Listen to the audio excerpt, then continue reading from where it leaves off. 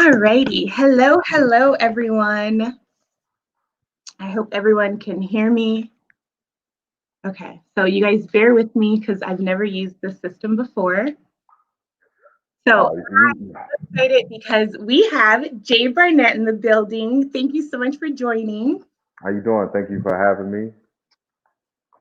Of course. Okay, I have my notes there. Okay, so before we get started, I want you to, I guess, tell the world who is Jay Barnett. Who are you and So, what's your why? okay, my name is Jay Barnett. I am an author, speaker, a marriage and family therapist, a former professional athlete. Um, my why is building people, helping people heal, helping people unpack the trauma, unresolved issues, whether it be childhood experiences, and just issues altogether that sometimes we happen to put in the back of our heads. And I think what my practice does and what I do is helping people unpack that in a way to they can become a healthier and better version of themselves. Okay, let me see. What's my next question? Okay, so um, how did you get into what you're doing? So I've been in the mental health field now for about 3 or 4 years. I went back to school about 4 years ago to get my degree in marriage and family therapy with a general study in depression, anxiety, schizophrenia, bipolar. So I kind of deal with some acute issues as well as some of the things that we hear more often in just our society. But I kind of got involved in mental health because I had my own challenges with depression and my own battles with struggling with dealing with anxiety and different things like that after football. And so therapy for me became not only an outlet, but also became a catalyst for the change that I would make in my life personally. And so I was mentoring kids in the group homes and foster care system, and I had programs that helped kids with emotional recovery. And it wasn't until I think one of the directors said, "Man, your program really feels like you're taking these kids through therapy." And I didn't know that it was therapy. Even though I had my own therapist at the time, but for me, I looked at it as being more mentoring and coaching because it was around a group setting, and so it was group therapy. And that later led me into doing my own research and becoming a therapist. And so I entered into grad school, got accepted, and started my journey becoming a therapist. And it's really been instrumental to my life and to me finding purpose and to me finding life outside of football, life on the other side of being an athlete. And so it's just been a beautiful journey because being a therapist, it challenges you daily in your own walk personally. You're always looking to how you can grow and develop your skill set, but just how you can grow and develop as a person. So that's what my journey has been like, and I'm sure as the interview go on, we'll kind of get into some more deeper topics. But for me, it's been life changing. It's Mm. most definitely have changed my trajectory in life and how I see life and how I see myself and how I see others. And I think that's one of the things that I advocate for therapy is just to have a differences, not in opinions, but a differences in perspectives, because we provide insight. We provide not only different theories and different methods that we're utilizing, but also just a difference in being able to see and hear not through our lens, but through reframing from a different and how you look at your experiences and the things that you're going through. That's interesting. You said not through our lens, but reframing. So I read this book. It was called The Success Principles by Jack Canfield. And inside of the book, he said something like, your event plus your reaction can change your outcome. And the example he gave was, I guess there was a really big earthquake, and this camera guy went around interviewing people like, how has this been? How's like your commute to work been? And one guy said something like, oh, it's crazy. Like, I have to be stuck in traffic and, just like nitpicking and just upset. And then another person said something like, you know, I got different downloads and I'm learning Spanish because I'm sitting in the car for an extra 2 hours and I packed an extra lunch. So I get like that alone time because I have a bunch of kids. And the whole point was basically that your reaction could essentially change if you change your outcome could essentially change if you change your reaction of whatever that event was. Right, absolutely. But your reaction is associated with your thoughts and beliefs based on the experience. There's a great therapist, a pioneer in the mental health world, in the mental health field by the name of Alfred Adler, and he said it is not the experience, but it's the thought of the experience that Mm, dictates how we see ourselves and how we see life. And so that's so important because many times when I'm working with a client, I'm never trying to change their story, but often I am reframing so they can see their story differently. Because if you see the story different, it changes how you see outside of the story. So for me, therapy is just like it's beautiful because I get to take someone's story and not change the story, but change how they see the story, which impacts the outcome because now this alters your reaction or response. Because the goal is to help an individual become more responsive rather than mm, reactionary. Because if you're reactionary, it's like the knee jerk effect, right? There's no thought into it. There's no process. But to respond, there's a process that the brain has to go through to where now I'm not just reacting, I am thinking and then I am responding. And so that is what sounds like, uh, if I could break down a little more contextually, is what the writer is saying is that if you if you change how you see what you're looking at will eventually change. And so that yeah. gives you the outcome of it. So, no, but books like that, man, like I get excited about stuff like that, man. I love this field because I mean, even but therapy is what the Bible is, right? It's Right. because God not only speaks to our spirit, but He also speaks to the psychology of how our mind works. And Hmm. so He's also breaking down the psychosis even in when He was working with different prophets. And so for me, being the son of a pastor and growing up in a household where my dad was a Baptist pastor, my mom was raised Pentecostal, so I had all of these different experiences and all of these different dynamics. But as I grew older, and especially when I got involved in mental health, actually those experiences served me very well because on one end, Baptist is very traditional and Pentecostal is very radical. They're Yeah. both very relevant and needed. However, it's understanding how do I blend them together to become who I need to be, and especially in the mental health field, because I truly believe that spirituality is so connected to our mental and our emotional psyche. I agree. Okay, so before we jump into our questions that are kind of hot topics, I want the audience to kind of get to know you a little bit. So I prepared a couple of questions I want to ask. Okay. Okay, so question number one, what person from the Bible besides Jesus would you like to have a conversation with and why? David, Why? without a doubt. Really? Oh yeah, without a doubt. Oh, David, yeah. Huh. I would want to have a conversation with David, either Joseph. I would just want to hear what was their mindset as they were going through their process. I'm all about process, man. I love process. For the reason I still work out and train as if I'm still going to play ball someday. But for me, I love the beauty of what it takes to maintain the physique Hmm. of looking like a football player. I love the process of writing a book. I enjoy writing a book more so than I do when I get to the end of finishing a book because it's like, I don't get a chance to have the late nights. I don't get a chance to have the interruptions in sleep when a thought comes to your mind, the instant Wow. download of revelation. So I enjoy that. So I would want to talk to David and I would want to know what was his process when he was writing Psalms 91.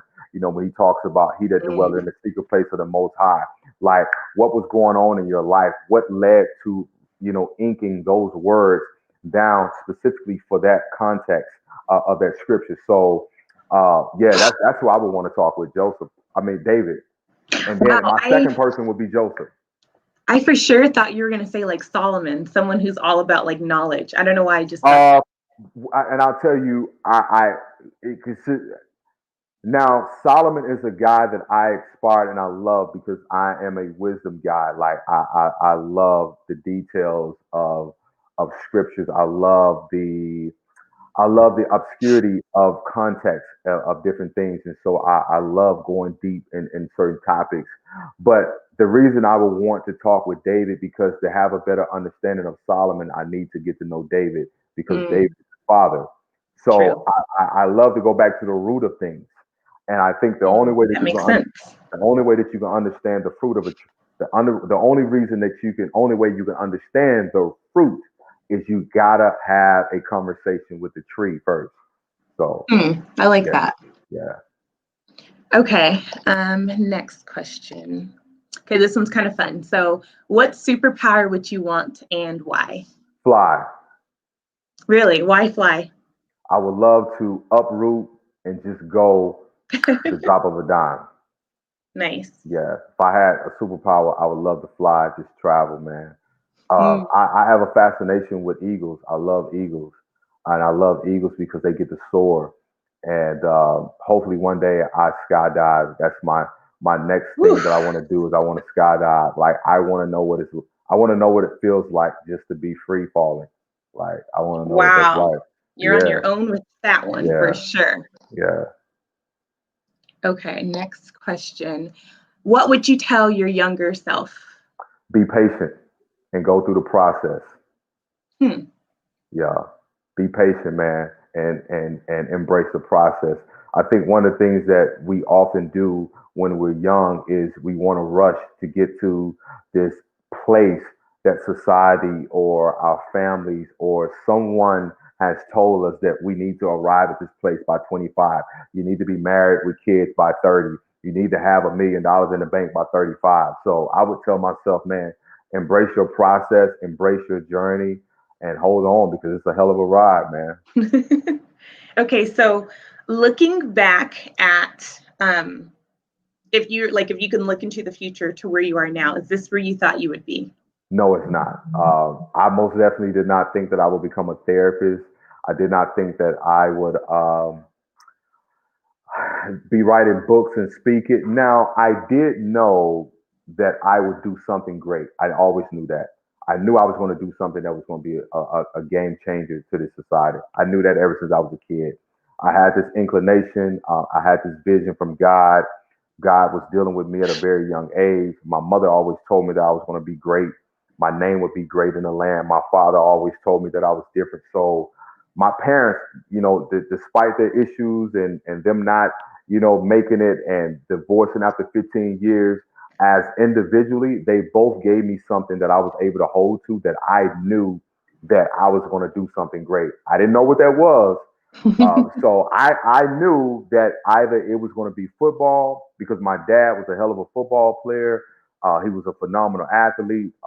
He's a powerful pastor, anointed man of God. So I knew, and he was very charismatic. So I knew either if I wasn't preaching, speaking, or playing sports, it was going to be something impactful. And so just so happened that God has allowed me to use my testimony and my stories to do what I'm doing. So, but I didn't think that it would be on this level because I remember being in school and when kids had to go see a counselor, I can remember saying very vividly that, oh man, that boy crazy, man. He got to go talk to the counselor. So I didn't think that I would be doing something in the mental health field. I didn't see that. I think especially in like the minority community, it's almost looked down upon if you need therapy. It's like, oh, she's crazy or Yeah, he's crazy, something's wrong with them if they yeah, need yeah. therapy. And like you posted something, I think it was today or yesterday, and it said most people go to therapy because the people that they're in their lives don't go to therapy. Oh yeah, And yeah. so true. I believe that. I feel like there's two types of people in this world: people who go to therapy and people who need therapy. So, so I mean, Hilarious. that's just what I believe. So yeah. Okay, a couple more questions. All right, let's get it.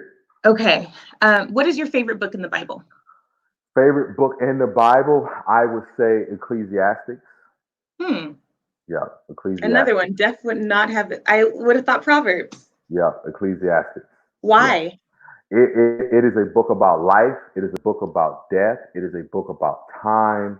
It is a book about embrace and process. It is a book about uh, second guessing yourself. It's a book about questioning, God. Like it's a book of just life. I mean, and I think Solomon did a great job to just talk about what he had experienced and what he had learned from his experiences. And so I think one of the things where he talks about, here he had achieved such great success and he had accomplished all that he had desired. And when he got to the end, he realized that the rich man and the poor man was going to have the same fate, is that we all had to return back to the dirt. And Yeah. so it just really brings you back to the reality that no matter what you accomplish, no matter what you do, there's a time where it will end. And so it's a book that humbles you That's what I was in your going to ask you pursuits. next. It's a book that keeps you balanced in perspective, but then more importantly, it's a book that gives you a broad spectrum of just life and its challenges, whether you are in a affluent community or you in a low socioeconomic environment. So it gives you a broad spectrum of what life could be on either side. And so I love that. So I as you like can that. see, I'm prepared for these questions. I know. I'm like, dang it. I thought I was going to like throw you off. Jeez. Okay. Another fun question. A beach house or a lake house? Beach house. Why? I love the water, and I don't know who's watching this live, so I ain't gonna say too much.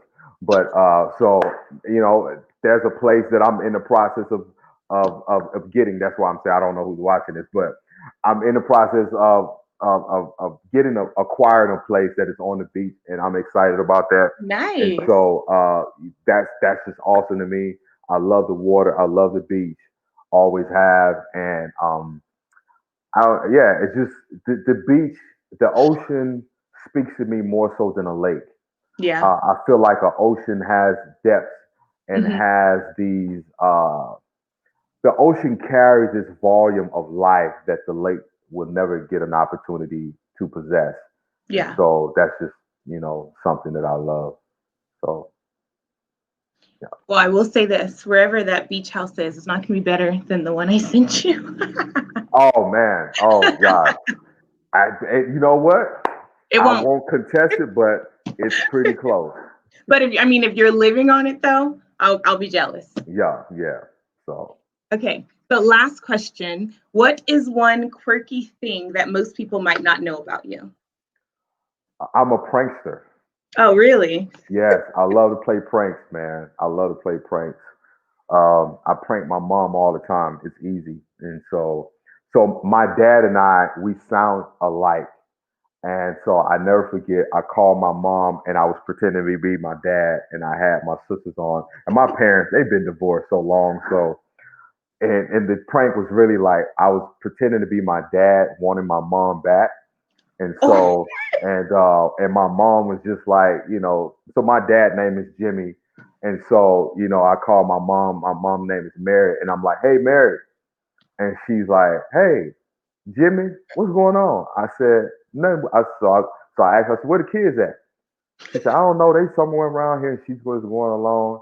And I was like, yeah, man. I said, listen, I've been thinking, and I think we need to sit down and talk and see if we can work things out. And she was like, what? Work things out? And my mom's like, ain't nothing to work out. And so I'm snickling, right? my And so God. she just kind of like, Jay, is that you playing on the phone? So yeah, and I was like, no. I said, Mary, this ain't Jay. This is me. And she was like, this ain't Jimmy. She said, this Jay. And so yeah, but I prank my mom all the time, man. That So poor woman. yeah, so but we laughed about it, and my dad knows I sound like him, so he gets a kick out of me pranking Did my you tell mom. him that particular prank? Oh yeah, I told him. Yeah, I told him about that prank. You are So crazy. Or like how you pranked me yesterday? yeah, yeah, I love pranking, man. Listen. when you're working in the mental health field, it's so serious Yeah. all the time. Like I prank my office assistant all the time at work. I'll come in, I was like, man, I quit. And I was like, I'm not seeing any clients today. I don't want to deal with this. I've had enough.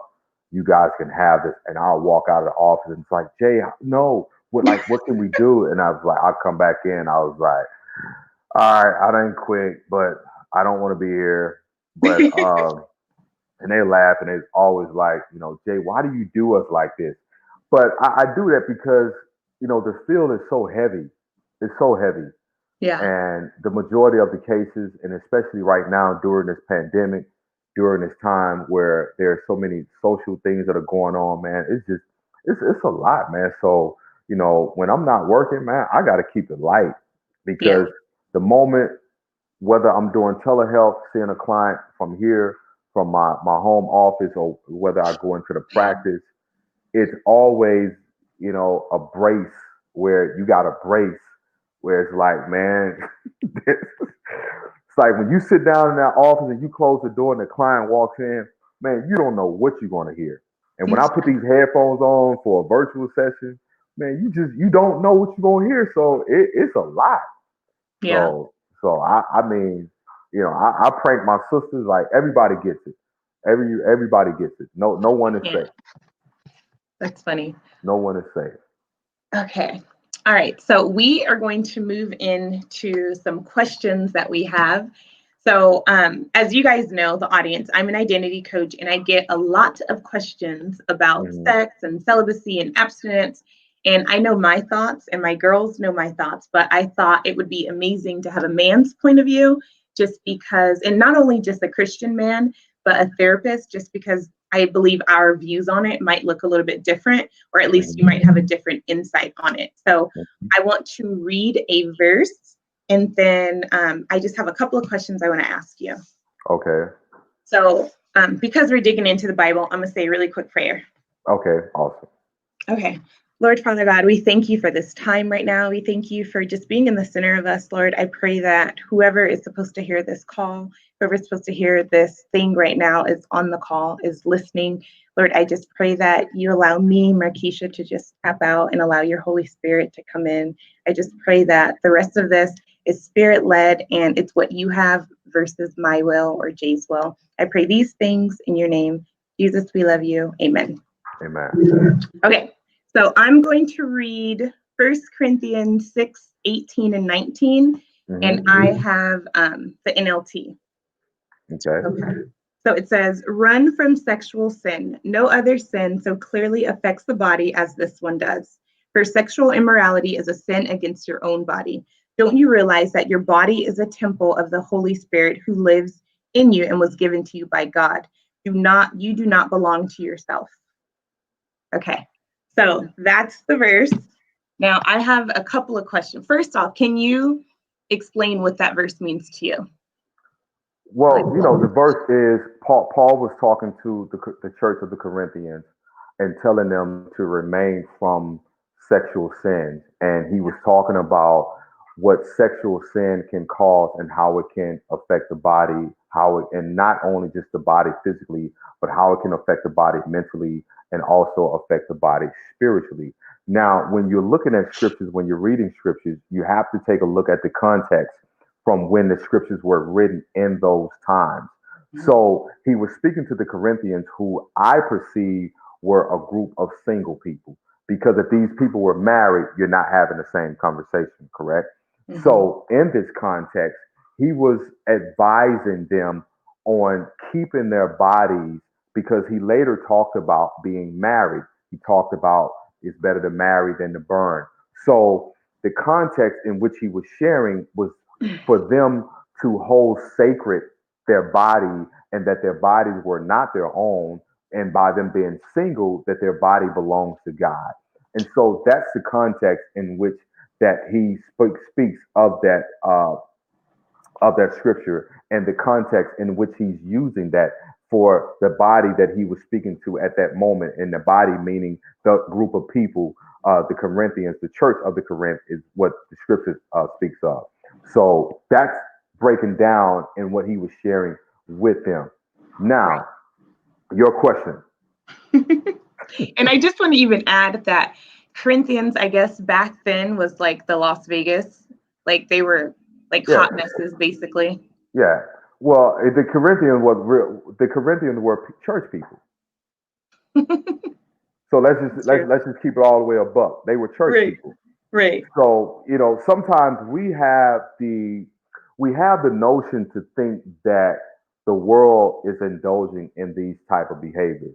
But many times it is the church that was indulgent in these behaviors because the Corinthians were a church Right. that he was speaking to. So they weren't Las Vegas doing Las Vegas things. They were church people acting as people in Las Vegas. That's what this is Right. really about. You know what I Yeah. mean? If That we makes keep sense. it, you know what I mean? If we keeping it all the way a buck, as the kids say, All the way buck, is that what you said? keeping all the way a buck, 100. Yeah, Okay. I'm from yeah. Orange County, so we don't use those words. Oh yeah, yeah. So yeah, you wouldn't know anything about this. Poor you. I'm actually good though. Okay. So I have a couple questions now.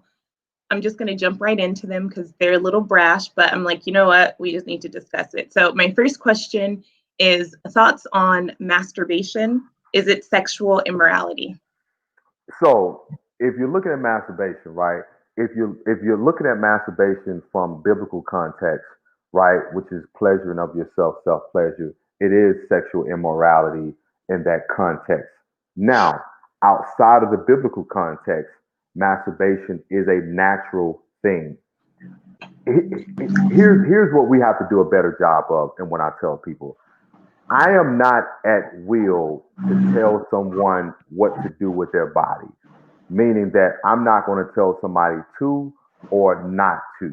However, if you find yourself in this space to where this is happening, what I do encourage people is to process what is the driver behind you masturbating per se, right? So it is a natural thing. It's a natural thing all the way from animals. I mean, even you see little babies doing this behavior, natural thing at a young age, not even knowing why they grabbing themselves, you know what I'm saying, in that area. And so when I'm talking about certain things, I always want to put into context that what are we trying to accomplish and what is the objective, not only of the question, but the context that we want to convey to the audience, right? Because let's just be honest, and I hear this a lot. There's a lot of single people that are waiting, right, to have sex, but they struggle with masturbation. Mm. Let's just be honest. There are a lot of single women who are waiting, but I'm going there. They have a toy. Let's just keep it real because Yeah. church needs to have this conversation. Right. If church people have this conversation, you will get church people to understand that I'm not saying that I'm not associating this with sin. I am associating with this is a natural function of your body. However, you have to manage that function. Mm.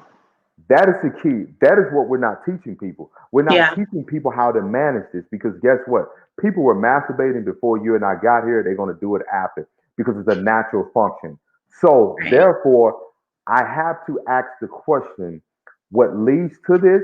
What is the driver? And then what is the feeling afterward? Mm. So that way you can manage the processing of how you deal with this part of yourself, Yeah. right? You know what I mean? And so, because it's a natural occurrence, because this is what we have to teach church people. You can be abstinent and abstaining from sex, but that does not stop you from feeling horny. Mm. Again, I want to make sure I'm clear and I want to make sure that I'm real because people have a tendency to think that I'm going to get saved, I'm going to be filled with the Holy Spirit, and that's going to shut off. God is not going to shut your flesh off. He's not going to stop your body from reacting and to responding to things that you see, things that you feel, things that you hear, because that's just how we function. However, God is going to hold you responsible on how you manage that. Mm. How do you manage those things?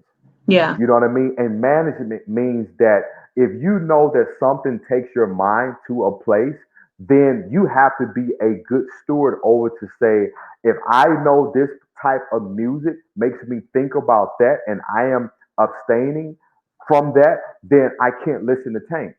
Yeah. You know what I'm saying? I want to be Right. clear. Like I don't believe in being churchy. I believe in, okay, you can combine and level the field of understanding for spirituality and for people to be able to do life. Yeah. Because here's the next question, right? How do you deal with a married couple in my world of therapy? How do you deal with a married couple who's not having sex, but the husband and wife is choosing to masturbate because they feel like they need a sexual release? Are they Mm. sinning? You see what I'm saying? So it's so many different things and ways that this can go Yeah. depending on where you are. So I want to make sure that people understand that. We know what is a sin, right? We know Right. that. However, in that context, how do you manage your sexuality as it pertains to yourself, as it pertains to your spouse, or whoever you're dating? How do you deal with that? Answer that for us. So you manage your sexuality and manage who you are as a person based on the outcome that you are desiring. If Mm. you know that something, so for some people, right? Let's be honest, we go here. For some people, kissing takes them to a different place. Some Yeah. people, kissing don't bother them. You know what I'm Right. saying? So again, you have to manage what what is the driver behind your feelings? What is the driver behind putting you in the mood? What is the driver behind making you think certain thoughts, making you think and do certain things, right? Because again, there's not a question of your faith, a question of your walk. It's a question of your function. That's good. You know what I mean? And so Hmm. this is why you see Paul. Paul chose not to be married. Right. Because the Bible doesn't talk about dating. It doesn't talk about courtship. Right. It only talks about marriage. So we Hmm. don't really have a clear distinction between how do we do dating, how do we sustain, because again, I'm sustaining from sex, but that does not stop the urge. So when you are abstaining from something, you have to substitute with something else. It's human Right. nature. Yeah. So I know for myself, if I'm in that space to where I feel my body is wanting to do something that I'm saying, no, you can't do that, I go run. I go Mm. work out. Now, Yeah. here's the natural responses to that. The more you work out and the more your body changes, it raises your testosterone level. It decreases a woman estrogen level, which causes her to want to do it more, which causes a man to want to do it more because now more endorphins are being released. So Mm. as more endorphins are being released, there's this addiction to dopamine, which is which is what you get when somebody gives you a compliment. Oh, okay. So that hormone is released when you receive a compliment, when somebody likes your pictures, when somebody says, "Oh, you popping, your braids are tight, oh, you know what I'm saying, you fine, you look good, you handsome, you this." And so what happened is we have to be able to manage because again, God didn't just make us from dirt. He created us with the sciences that your body do different things based on where you are. Now, I'm Right. gonna go here because if you are not a physical active person, you don't desire sex as much as a person who's physically active. I'm laughing because I don't work out at all. So it's so So, true. you know what I'm saying? So you don't desire it. Yeah. I work with people who, I'm not saying they're obese, but they're people who don't have a desire, like they're not into fitness. It's like, I mean, for this reason, if you're with somebody who's an athlete, 9 times out of 10, they probably have a real high sex drive. Hmm. You know what I mean? Male or female. So again, where are you in your life? What are you trying to accomplish? What is your goal? What is your agenda? What are you working toward? Are Yeah. you working? Are you abstaining from sex not only just for biblical reasons, but are you abstaining from sex because you don't want the soul ties, you don't want the strongholds, or you don't want to wake up as Solomon talks about, don't awaken love before it's time. You know what I mean? So what is the reason behind it? So Right. when you find your reason and you're clear on that, let that be the driver on why you're deciding to do something. You know what I Right. mean? Because Yeah. again, there could easily be an argument that, yeah, you're abstaining from sex, but if you still masturbate, is that still a sin? I would say yes. You see what I'm saying? So again, when we're having these conversations, because again, just because you're stopping physical interaction with the individual does not stop your sexual energy or desire or urges. Right. So the question lies, if masturbation is occurring once or twice a month, am I less than a believer? It's not a practice, but every now and then I have a slip up. Right. So we have to help people to understand not only the humanity of who they are, but the function of their humanity. Then you bring the spirituality in there. And Hmm. what Paul said, this is where his grace is sufficient to where on my best day, I need him because Paul said, even when I am thinking right, wrong is always there. So Right. the thing that I ought not to do, I find myself doing it. So Paul was a great description of who we are, constantly striving to become more and more like Christ. Yeah. So, you know, that's I hope that answered questions. It did. I hope that brings clarity, to some to people who's watching. So yeah. I hope so. I guess my approach is a little different. I guess I tell people, like, because like you said, you have to understand what is your why of wanting to do it. So I know me, when I'm telling my girls not to do it, I'm telling them, um, you have to see your surroundings, you have to see what you're in, kind of like how you mentioned, like, okay, don't listen to Jodeci if you know you're going to want to do what they're saying in the song, or don't listen, or don't watch that show or that movie where there's a bunch of sex scenes. So I always use the example, if you're like a recovering alcoholic, it's probably best that you don't go have lunch at a bar. It's probably Right. best that you sit outside at the park instead. So I like what you said. It's, I guess, a deeper Right, but approach. but then again too, it's just like if you are a recovering alcoholic, it's probably best that you attend AA regularly because you need a support group. And so, what I always encourage people, especially in the process of therapy, when you are terminating a client, is you encourage them to get a support group. You encourage them to find a tribe, find people who are on the same path as you, find people who are going to hold you accountable, find accountability partners, find mentors, find coaches, find people who are going to undergird you on your journey to to abstaining from sex, to remaining abstinent, because and it's like it's such a convoluted conversation because I've had cases where both couples waited for sex, got married, there was no connection, so and in that case, as a therapist, I cannot never. Now, I want to follow the scriptures, but in that case, as a clinician, my personal views and personal thoughts and convictions can never take the place of my clinical practice. Mm, So I can't say to somebody how I would do it and how I respond. Therapy is not that. And I right. tell people Okay. all the time, if you're wanting to be a therapist, you cannot harass people with how you would do it. It doesn't work like that. You have to always be partnering with the client on what is the goal that they're wanting to accomplish from their situation. And so in that case, there are some people who have a belief system that I need to test drive this car before I buy it. Now, who am I to say that they're right or they're wrong? Yes, I know what the Bible says. However, people are going to do what they want to do.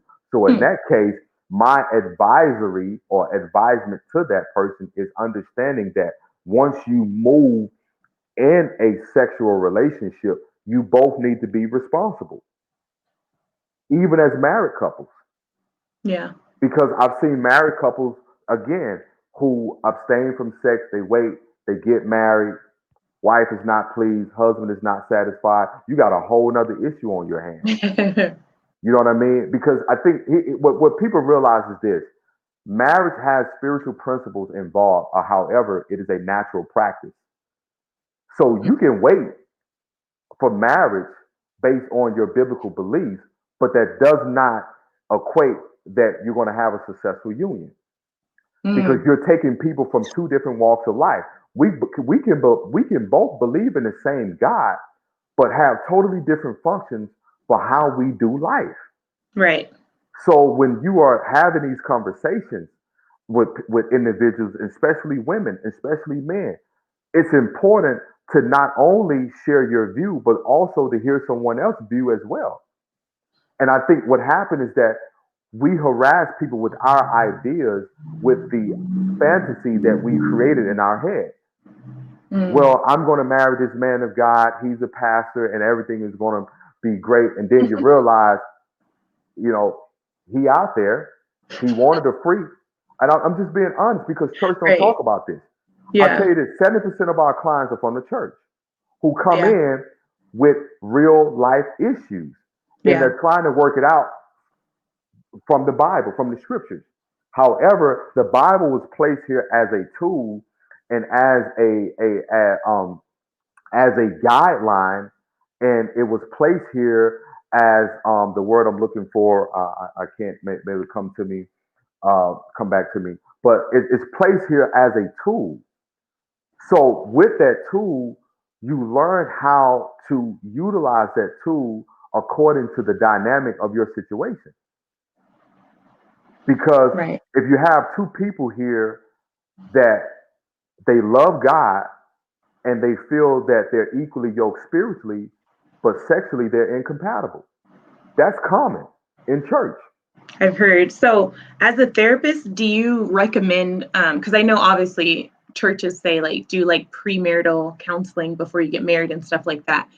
Is sex something that should be brought up even before Absolutely. marriage? I'm Absolutely. sorry, not Yeah. marriage, sorry, before you're engaged. Is that something? Absolutely. So Absolutely. when should that be brought up? I don't think there's a particular time that you should be that it should be brought up, but it most definitely should be talked about. You have to ask those questions. How often do you want to have sex? What type of things are you into? Are you kinky? Are you freaky? Are you wild? Are you crazy? You want to swing from a ceiling fan? People don't believe that because when you come in my office, I'm asking you those questions. And you would be surprised of the spouses who wanted to do certain things, but here's what stops church people. One word, shame. Mm, Shame. I mean, like, if you can't be honest and you can't be free, why are you marrying this person? right, If you into pouring hot wax on you, why can't you say that? right. So you got to have those conversations. You got to talk about what do you like to do? What are your limits? What are your boundaries in the bedroom? Are you open to bringing something? Because again, you'll be surprised of the people who get involved in marriage and they had this expectation that, oh, well, I just thought that. No, you got to have these conversations Right. because there are some women who love the Lord and their husband wants them to be a freak, but that's Mm, not them. So again, you got to ask yourself because uh, this uh, this is not a spiritual thing. This marriage is a natural thing that should implement or should be connected to biblical principles. However, you have to make up your mind daily when you are married as a husband and wife that I am willing to work outside of myself to meet the need for somebody else. right. This is why, and I'm going to go here. We had this conversation. This is why you see a lot of church men in leadership that are having affairs because they married images, Mm, they married personas. You married the woman, and I'm gonna go here because I like to push the envelope, and I've had these conversations with other pastors behind closed doors that you married somebody that held this image to where she looks like a first lady. Dude, marry what you want, marry what you like. yeah. I'd rather you marry, if again, I'm gonna go here. If you want this fine, bad chick, stack, you know what I'm saying? You know, is how you like it. If that's what you like, do that. I would rather see you marry that than to be having an affair with what you really wanted. Right. That makes Because sense. you married an image because you want to present this persona to the people. Well, she looks like a first lady. What does that Mm, mean? And yeah. then you have these women who are in church who marry a man in church and thinking that he fits this idea that he's a man of God, that he's a man for me. Some of these church men are just as broken as men in the world. Yeah. So don't have your mind fixated on this image that I tell women, be open. There are some men that are not in church that will treat you better than men in church. Just like there are some women out of church that could probably be more suitable than a woman in church. Church shouldn't be the defining point or place on how we judge somebody's character according to what you need as a spouse. Because the church is not really a place anyway. It should be within you. Right. So we're seeing right now during COVID that the church is gone. Right. Ain't nobody going back to church 2020 and may not be back in church in 2021. So now what are you doing now? Right. That's true. So, Okay. you A know, couple more questions. so how many more questions we have? Just two more. Okay. Okay. So you mentioned this a little bit. I want you to, if you can, go into more detail. What are soul ties and how do they affect us? Soul ties are nothing more than strongholds on the mind. They're Hmm. strongholds on the mind. When you think about the soul is not a spirit. It's people like it's not a spirit. The soul is your mind. It's your will. It's your thoughts. It's your emotions. You know what I mean? That's what the body is broken up into three elements: body, mind, and spirit. The Mm-hmm. body, which is what we live in. The mind is your consciousness, your thoughts, your will, and your spirit is what you connect to God. Your Yeah. spirit makes you divine. Your spirit is how you connect to God. But your body is what makes you human. That's the temple that you reside in. And so a soul tie is nothing but a stronghold on the mind. And a stronghold on the mind can become a place of bondage from limiting you to go beyond the experience. That's why soul ties are so powerful because once this stronghold has a hold of you, it is now holding you from moving forward. It's holding you from being able to move beyond the relationship. It's holding you from going after your dreams. It's holding you from becoming a better version of yourself. So strongholds can show up in many different facets. It's not always, you don't have to have a stronghold or you can get a soul tie beyond just sex with a person. You can have an emotional soul tie to a person. Yeah. You can have a mental soul tie to a person. So, but I feel like we always just limit it to sex. But I see clients every day that it's not a sexual soul tie; it's a mental soul tie. That's why verbal abuse is one of the worst form of abuse there is. Mm, Anyone can recover physically, but man, when you think about when somebody can speak death over you, yeah. that is a soul tie most people are still trying to break free from because the words have such a stronghold on your mind that you can't let go of what was said. Mm, that makes sense. Okay. I think I have one Man, more question. ooh, man, this is deep tonight. Jesus. I know I'm loving it. Okay, so one last question, and that is, with dating, what is off limits? With dating, here's the thing, because I answer questions very broad because that's the Mhm. therapist in me, right? What I would do in dating is totally different from somebody else would do in dating. And again, you have to date for where you're going, number one, and you got to be clear about who you are. You got to be clear about what you want, what you need. However, most people, men and women, don't really know what they want. You Mm. can't know what you want and need until you have gone through the healing process from any trauma or any pain or any bad experience that you have encountered.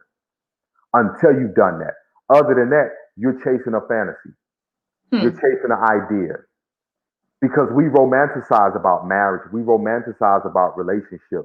So when you are dating, I encourage people date from the place for where you want to go and not for where you from where you are.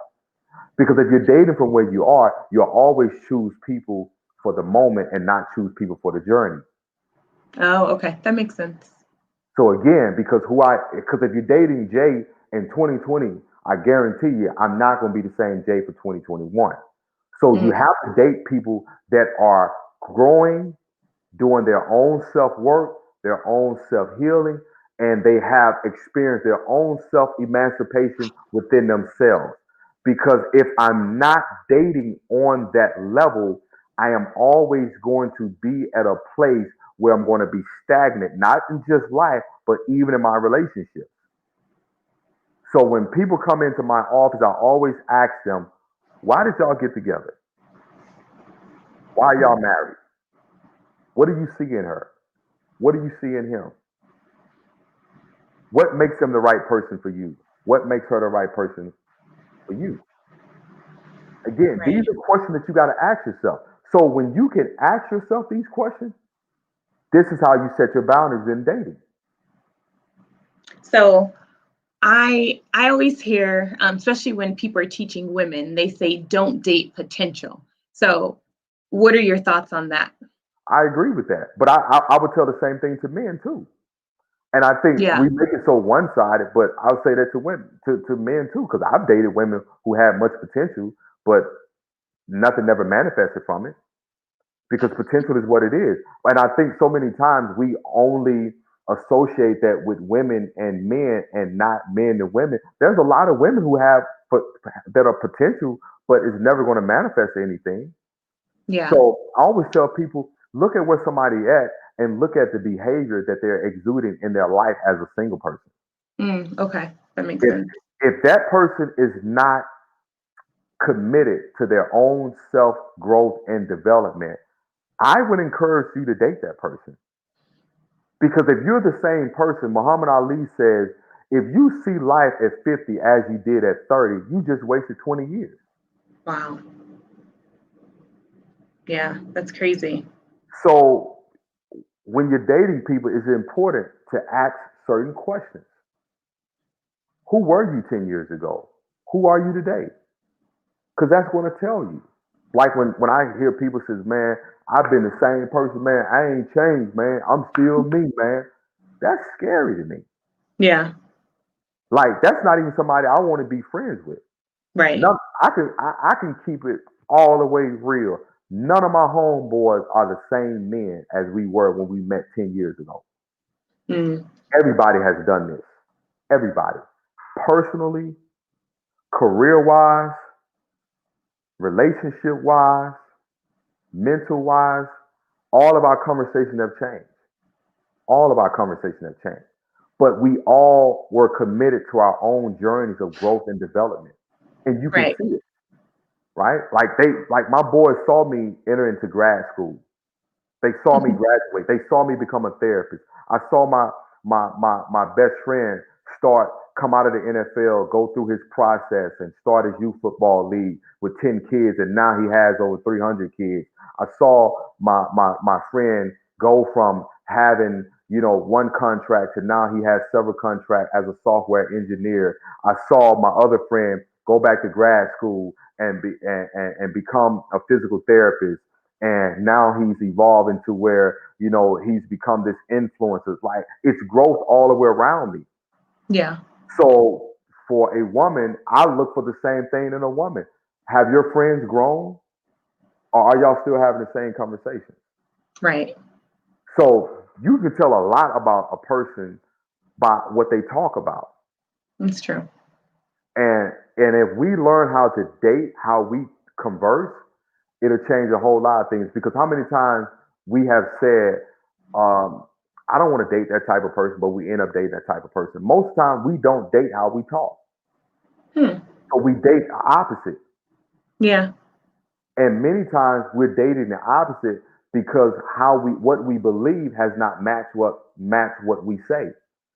So they Mhm. all have to, your words and your thought have to have some type of synergy.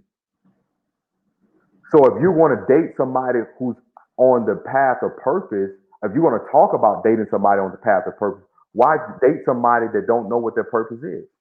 Right. Now, I'm not disqualifying that purpose, that individual, by no means. Yeah. But why not date how you converse? Right. It's true.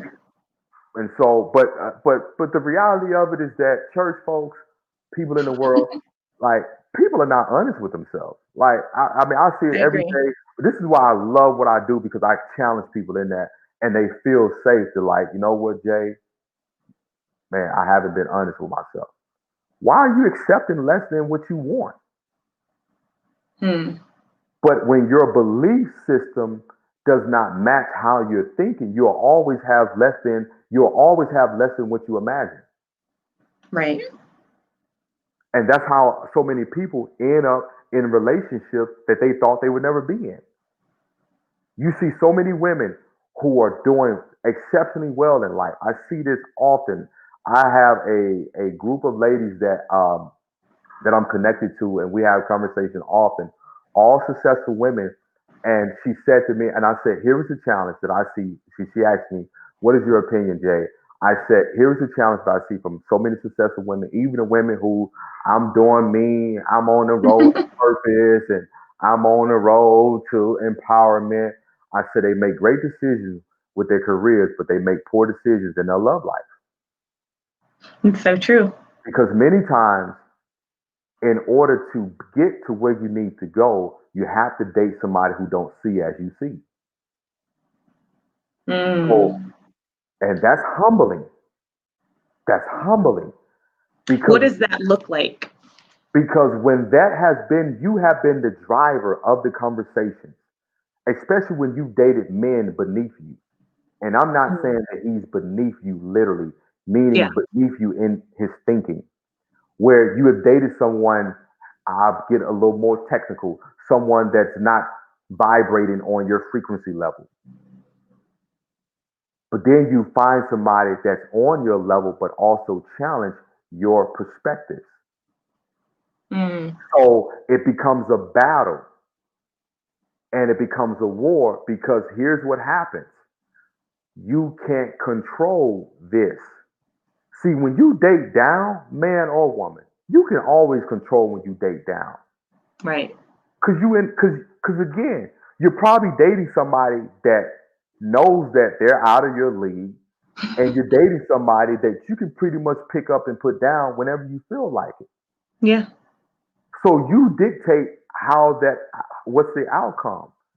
But when you're dating somebody on your level, there's a challenge because there's no leverage. That makes sense.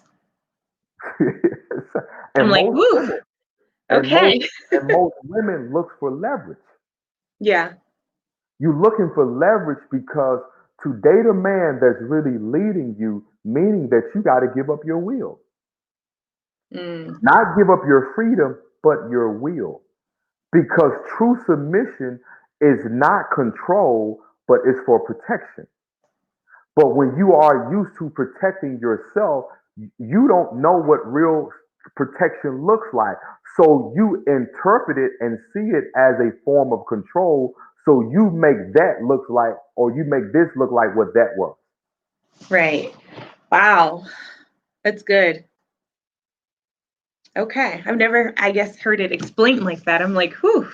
It makes sense though. It makes sense with a lot of girls because you're right. You do see successful women and you're like, oh, definitely didn't see that, as a relationship or something like that. So I totally get that. Yeah. Thanks for like breaking it all the way down. Yeah, Okay. absolutely. Okay. All my questions are answered. So before you go, do you have any tips that you can give to single women or single men? Here's a question, or should I say, here's a tip that I want to give to single men and single women. The journey is neither straight or short, Hmm. but it's necessary to stay on it. And when I'm meaning the journey, It's the journey of constant growth and development. One thing that's constant is change and death. We're going to change as human beings and we're going to die. Those two things are constant. In the process of that, what else, or should I say, the other factor that should be constant within us, it should be growth and evolution, evolving as a person, evolving as a man, evolving as a woman, evolving as a human being. That should be sacred. That Yeah. should be something that you look for. There's a quote that I love, like so many quotes that I have. The quote that says, "Always to play in the playground of wisdom." She loves to play. You know what I mean? Always look to grow in your wisdom. Always look to grow in your thoughts, in your perspective, in your views. This helps you to not only to see the world from a different place, but allows you to see yourself from a different place. Because Mm. until you have stepped outside of yourself, it will be hard for you to sit with yourself. And the Yeah. issue that most people are having today, they can't sit with themselves because to sit with themselves means that they got to look at a lot of they, you know what, Right. as the old folks say, you got to look at your boo boo. You got to look at your stuff. You Right. got to look at it, and you got to and I encourage people, man, deal with it Yeah. because what you don't repair, you're going to repeat it. This is why we see so many cycles that are perpetuated in relationships. Whether Mhm. it's a celebrity, whether it's the couple around the corner, nobody wants to deal with this stuff. You got to deal with it. And here's the Yeah. thing: just because you're dealing with your stuff doesn't make you a bad person. If anything, it says a lot about who you are as a person. Mm. Because there's so many people who are walking; they are the walking dead. They're not aware. They're not aware of their feelings. They're not aware of their emotions. They're not aware of their triggers. They're not aware of the things that, that sets them off. They're not aware of certain words because certain words mean something different to everybody. Right. So understand what is the meaning of the vocabulary that you've learned, that you've adopted, that could possibly be steering you wrong in your behavior, in your decision making. Yeah. Why do you choose the best job, but you choose the worst partners? You know what I mean? Yeah. That's not a them issue. That's a you issue. Right. So I encourage people look in the mirror, and it's okay, man. Man, when you start to accept and embrace, because here's the thing: God wants you to be ugly. He wants you to see the ugliness. Yeah. David talks about, you know what I mean? Search me, search my heart. Hmm. Searching his heart meaning looking in the mirror. Right. Do the work, man. Do the work. Healing is a journey, and wholeness is a destination. So that's my words of advice to both men and women, man. Do the work, man. Do the work. Do the work. It's a life journey, man, and it's beautiful. When you start to do the work, man, your decisions change and your appetite change. Mm. Your decisions are not going to change until the belief system and the thoughts that you have learned change. Right. So Whew. All right. That was so good. Thank you so much. yes. So you are a therapist. Can anyone just reach out to get therapy, or is it for couples or family only? How does that go? So here's the thing, and I want to say this.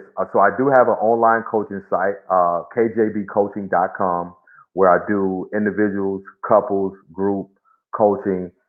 So please reach out to me because I am getting ready to shut that down to where I won't be taking any clients for the next month and a half because I have more than enough work. So I just want to make that. But I am taking cases that I feel that are suitable for my skill set, and I am making room for those who need it. I know there's a lot of people that have reached out to me since the video that I've had on YouTube has been, I mean, so many people reached out. Like I can't even respond back, but it's a blessing. But I encourage people to find a therapist. It's not easy to find a therapist, especially a black mental health professional, be it male or female. It is not. And I always encourage people at least do one session to see what the fit is like. I mean, it's just like a restaurant. You know, you go in and you like, a new restaurant, right? You're like, all Yeah. right, I heard the food was good. I'm gonna try it out so I can see for myself. And if it's not, Right. don't come back. You know, if you like it, you come back. You know what I mean? So, um, you know, finding a therapist it's a trial and error. You know what I mean? And so, find somebody that you resonate with, that you can connect with. I'm big on connectivity because without connection, you cannot get to the soul of a person, and you cannot get to the root of the issue. Because if people don't connect with you, they're not letting you in. Simple as that. Right. So I don't care how many degrees you got. You can have more degrees than a thermometer. It's not happening. So you need to be able to connect with people. So Okay. So for those who can't do your therapy, you have a couple books, right? yes. Yes, I do have a couple of books on Amazon. Hello King for Men, Claim Your Throne, and a book for young ladies, Letters to a Young Queen, Redefining Your Throne. So, Okay. and you can Yeah, find you all those guys, books on Amazon, iTunes, and Barnes and Noble. perfect. Okay. What is your IG handle? I'm sure the ladies are going to want to hit you up. Oh gosh. So my IG handle, please. I don't need no listen, man. Oh my God, that's an interview within itself, man. I don't need no more proposals, man. My IG Oh my handle God, is wait.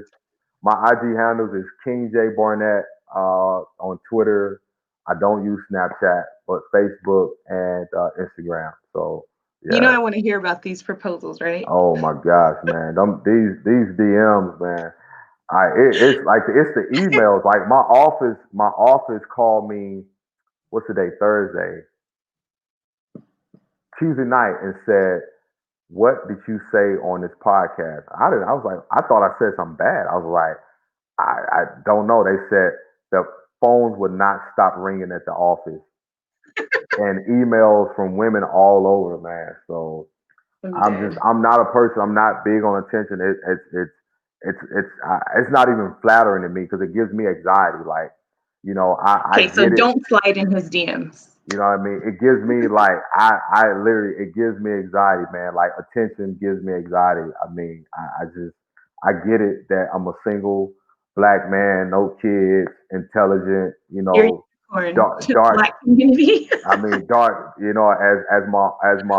my sister say, dude, you're a chocolate man with a beard, bro. So life is tough for you, man. So what I mean, I get it, but it can be a bit overwhelming at times. So it's 2020, man. So it's different. Women are bold. Women are bold. They're assertive, man. I don't use the word aggressive because I don't want nobody to take it in a negative way. But women are assertive, and it's fine. It's just it could be overwhelming though, and it can be very comical at times because my sisters, they love to hear what's going on in my DM. Send me some of these messages, man. Let me Oh my laugh. I was God, like, I'm so dead. yeah, we get a kick out of it, but yeah. So Okay, well, ladies, do not slide in his DMs. Just comment on pictures and start that way. yeah. Okay, seriously though, thank you so much for joining me. This was amazing. We'll definitely, when your schedule slows down, have to get you back on. Stay blessed, Yes. and we'll talk soon. Awesome. Thank you. Thank you. Thank you. Bye.